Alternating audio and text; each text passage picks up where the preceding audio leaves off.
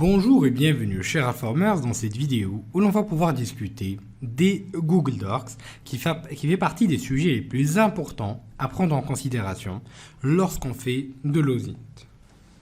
La première chose par laquelle on va commencer, c'est tout d'abord une introduction au Google Docs. On discutera du rôle de Google, si c'est un ami ou un ennemi, des opérateurs et on va passer par un lab avec quelques exemples des Google Docs. Google fait partie des moteurs de recherche les plus anciens, mais aussi des plus puissants, qui consistent simplement à pouvoir utiliser une immense base de données qui va répertorier l'ensemble des sites et ressources, autrement dit, de plateformes ou de sites web accessibles sur Internet. La technique est simple, il suffit d'inscrire un mot et effectuer une recherche. Le problème, c'est que les robots de Google vont pouvoir tout répertorier, ce qui va être intéressant et ce qui ne l'est pas, ce qui va être à notre avantage comme ce qui ne l'est pas. Et ces informations peuvent être exploitées à n'importe quel moment par des pirates, par des utilisateurs mal intentionnés, pour pouvoir donc établir notamment des attaques par la suite nous concernant. Il est donc extrêmement nécessaire de vérifier notre présence sur le net, puisque Google va représenter ou va posséder la plupart de nos informations sur Internet et donc va garder une trace de notre présence et donc de notre empreinte numérique, même si on enlève tout ce qu'on veut sur le net, c'est-à-dire même si on a des anciennes versions ou d'anciennes informations, il va les garder. Un pirate peut donc rechercher des informations sensibles, effectuer des balayages de vulnérabilité ou même utiliser Google comme proxy transparent, qu'on va pouvoir exploiter aussi bien d'un point de vue offensif, mais aussi défensif pour pouvoir identifier notre empreinte numérique. Il est temps de faire des recherches sur vous et votre organisme pour vérifier pour votre présence numérique au niveau de ce moteur de recherche. Il existe un ensemble d'opérateurs qui peuvent être exploités dans l'approche du Dorking sur Google. Des opérateurs donc de base. Ces opérateurs donc, vont nous permettre de pouvoir raffiner les résultats de manière assez basique ou de maximiser la valeur d'une recherche. Ils sont nos outils et sont même les armes des pirates, que ce soit bien sûr les opérateurs de base ou les opérateurs avancés. Il y a par exemple les opérateurs plus qui permettent, ou l'opérateur plus qui permet l'inclusion d'un terme dans une recherche, le moins qui permet d'exclure des termes, le tilde qui permet de récupérer des synonymes, le point qui permet de pouvoir utiliser les recherches en tant que wildcard, l'étoile qui va permettre de chercher, bien sûr, la différence, ça va être, le point ça va être qui va utiliser les caractères, les chiffres, les nombres, les caractères spéciaux, ainsi de suite. Et on a par exemple des opérateurs comme les guillemets qui vont chercher le mot exact, or, ainsi que le et sous format de et commercial. Il y a aussi d'autres opérateurs avancés, tels que le all-in-text, all-in-title, all-in-URL, etc., etc. Bien sûr, on ne veut pas utiliser tous ces opérateurs, mais on va voir quelques exemples concrets au niveau de la partie pratique. Parmi les opérateurs les plus importants qu'on va pouvoir exploiter, c'est l'opérateur avancé Cite, qui nous permet de pouvoir chercher des résultats seulement au niveau de domaines spécifiques, le file type qui nous permet de chercher des extensions spécifiques, le define qui permet de pouvoir chercher la définition d'un mot, ou encore le in-title qui permet de chercher un mot au niveau du titre d'une page. Suivi par les opérateurs de base, donc on va pouvoir utiliser pour combiner les différents éléments. On va donc pouvoir exploiter tout ça dans des exemples basiques au niveau de la partie pratique, qu'on va pouvoir commencer tout de suite. N'oubliez pas que je vous ai laissé, au niveau des ressources, les différents éléments de manière complète et de manière approfondie par rapport à la définition de tous les opérateurs de base, ainsi que les opérateurs avancés de Google. Parmi les opérateurs de base les plus intéressants, on va pouvoir retrouver l'opérateur plus, qui est l'opérateur d'inclusion. C'est-à-dire que si je cherche par exemple Games of Thrones, donc par exemple saison 1, je peux tomber sur différents résultats donc qui vont inclure la saison 1, mais si je pars un petit peu plus loin, en fait j'aurai la saison 2, 3, 4, 7 ainsi que d'autres détails. Je peux donc choisir d'inclure donc un terme bien spécifique en rajoutant l'inclusion qui me permet de chercher de manière spécifique un terme de recherche, vu que Google va par défaut enlever quelques termes comme le ou, comme le et, comme des opérateurs, comme des chiffres, des lettres au niveau de sa recherche. Je ne dirais pas qu'il va l'exclure, mais disons qu'il ne va pas le prendre en considération de manière poussée. Par contre, on peut aussi utiliser les opérateurs ou l'opérateur d'exclusion, le moins, pour pouvoir exclure donc un terme ou un chiffre, un nombre, et ainsi de suite d'un résultat de recherche. Par exemple, ici, j'ai utilisé l'exclusion donc, de la première saison, donc saison 1, donc là où il y aura saison 1 de Game of Thrones, en fait, il ne va pas nous le retourner. Ça nous permettra de pouvoir nous débarrasser donc, de plusieurs éléments. À partir de là, je peux aussi utiliser un des opérateurs de base qui est très intéressant, qui représente les guillemets. Donc les guillemets qui nous permettent de pouvoir, donc tout simplement, chercher ou effectuer une recherche par rapport à un terme exact. Alors, par exemple, donc si je cherche par exemple Konda Hamza, au niveau de la recherche, en fait j'aurai différents résultats qui seront retournés. Donc regardez, plus de 5290. À ce moment-là, il va chercher Hamza tout seul, Konda tout seul, et il va donc pouvoir me faire sortir différents résultats qui ne sont pas forcément pertinents de mon côté. Donc ce que je peux faire par exemple ici, c'est que je vais chercher l'expression ou la chaîne de caractères Konda espace Hamza, donc Konda Hamza, mon nom et prénom, et je vais voir la différence. Donc regardez avec les guillemets, on va avoir donc un nombre de résultats qui est donc beaucoup moins intéressant, donc 1190 est donc beaucoup plus précis. Et c'est ce qu'on va chercher en utilisant les guillemets. Donc c'est-à-dire qu'on va essayer de pouvoir inclure des recherches bien spécifiques. Inclure des termes de recherche bien spécifiques ou des chaînes bien spécifiques. On peut donc aller jusqu'à réduire le nombre de recherches à 99. À 99% du résultat. On peut aussi utiliser des opérateurs comme le point qui permet de pouvoir chercher toutes les possibilités avec un caractère simple. Par exemple, je peux faire matrix et là il va chercher matrix avec un A, matrix avec un moins, avec un O, avec un C, avec un arrobas, etc., etc. Donc il va récupérer toutes les recherches possibles.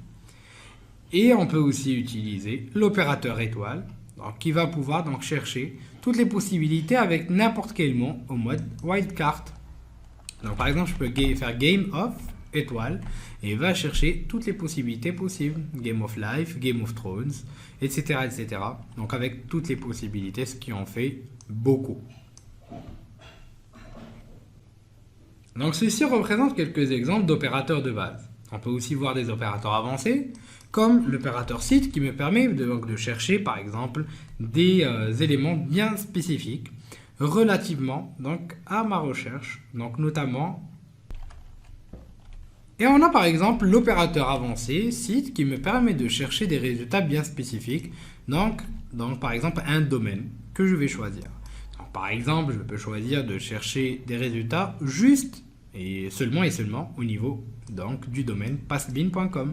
Je peux faire par exemple aussi site alform.com, il va me chercher que des résultats au niveau de la plateforme alform.com.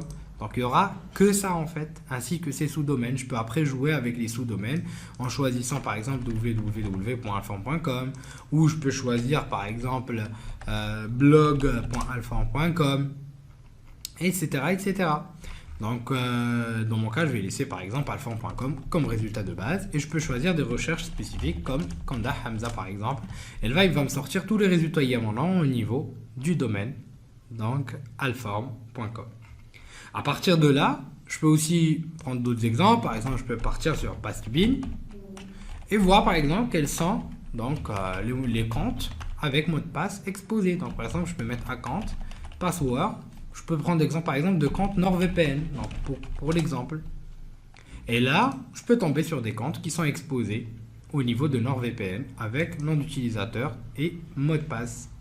Et vous l'aurez compris, tout dépend de votre imagination au niveau des Google Docs. Donc là, par exemple, j'ai des comptes qui vont exposer que qu'en 2021, par exemple, d'autres en 2022, etc., etc. Donc après, bien sûr, il faudra essayer de filtrer tout ça.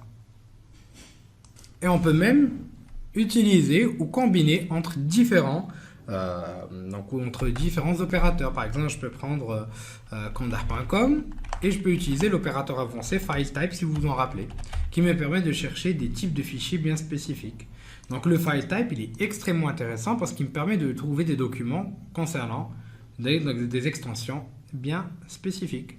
Donc là, par exemple, dans mon FileType, je peux chercher par exemple des fichiers PDF exposés sur ma plateforme. Donc j'ai le guide Shodan, j'ai des éléments sur la partie Wi-Fi. Donc par exemple, ça c'est un cours que j'ai oublié sur mon FTP par exemple. Et ainsi de suite. Je peux faire pareil, par exemple, sur Alform pour voir qu'est-ce qui va être exposé comme PDF. Donc alform.com par exemple. Pareil. On peut même chercher, par exemple, sur tout le net, des file types en PDF avec comme mot-clé confidential.